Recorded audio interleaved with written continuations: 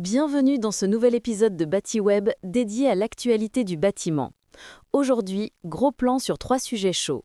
La réouverture de MaPrimeRénov' avec des règles plus strictes, l'analyse de Fabio Rinaldi de Bigmat sur la conjoncture du marché et enfin la polémique autour d'un supposé moratoire sur les énergies renouvelables. Après 3 mois de gel, le guichet MaPrimeRénov' pour les rénovations d'ampleur rouvre ce 30 septembre.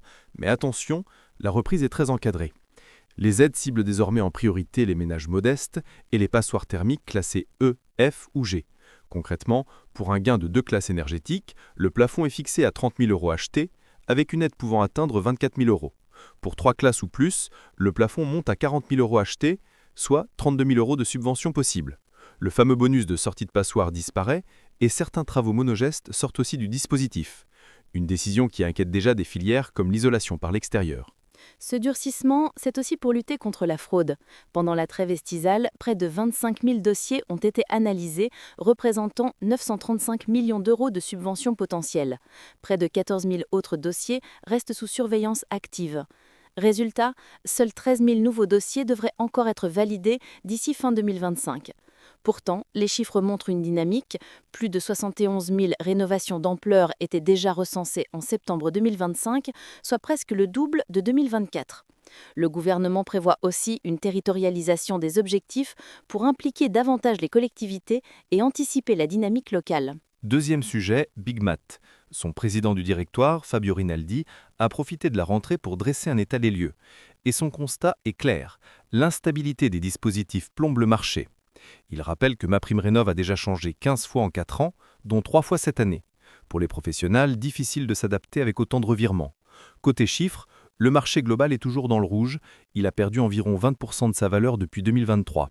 Mais Bigmat limite la casse, moins 5% à fin août, contre moins 7,2% pour le marché. Et mieux encore, l'enseigne a recruté 24 nouveaux adhérents en 5 ans, ce qui représente 120 millions d'euros de chiffre d'affaires additionnel. Malgré ces signaux encourageants, Fabio Rinaldi reste prudent.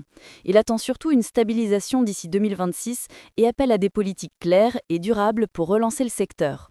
Sur le photovoltaïque, Bigmat continue de miser dessus avec une vingtaine d'adhérents engagés, mais la croissance reste lente, trop dépendante des tarifs de rachat et des incertitudes réglementaires.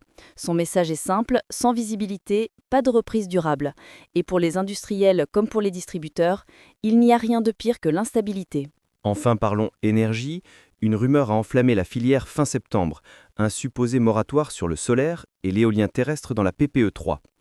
Rapidement, le Premier ministre Sébastien Lecornu a démenti. Selon lui, pas question de revenir sur les ambitions de décarbonation essentielles pour la souveraineté énergétique de la France. Mais il a tout de même rappelé un principe, pas de rente sur l'argent public. Chaque euro doit être justifié. Du côté des professionnels du solaire, le syndicat Enerplan prend note, mais alerte. Un tel stop-and-go serait catastrophique pour la filière qui représente 100 000 emplois. Il demande des mesures concrètes, un observatoire indépendant pour analyser les coûts, un meilleur soutien au stockage et au pilotage de la production solaire et un vrai plan pour la fabrication française de panneaux. Sans oublier l'autoconsommation, dont le développement reste fragilisé par des retards sur la baisse de TVA. Leur crainte que l'instabilité, encore une fois, freine un secteur stratégique. Voilà pour ce tour d'horizon, une MaPrimeRénov' plus restrictive, Bigmat qui réclame de la stabilité et une filière solaire inquiète face aux rumeurs de moratoire.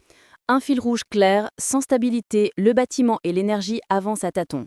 Retrouvez tous les détails sur batiweb.com et restez connectés pour ne rien manquer de l'actualité du secteur.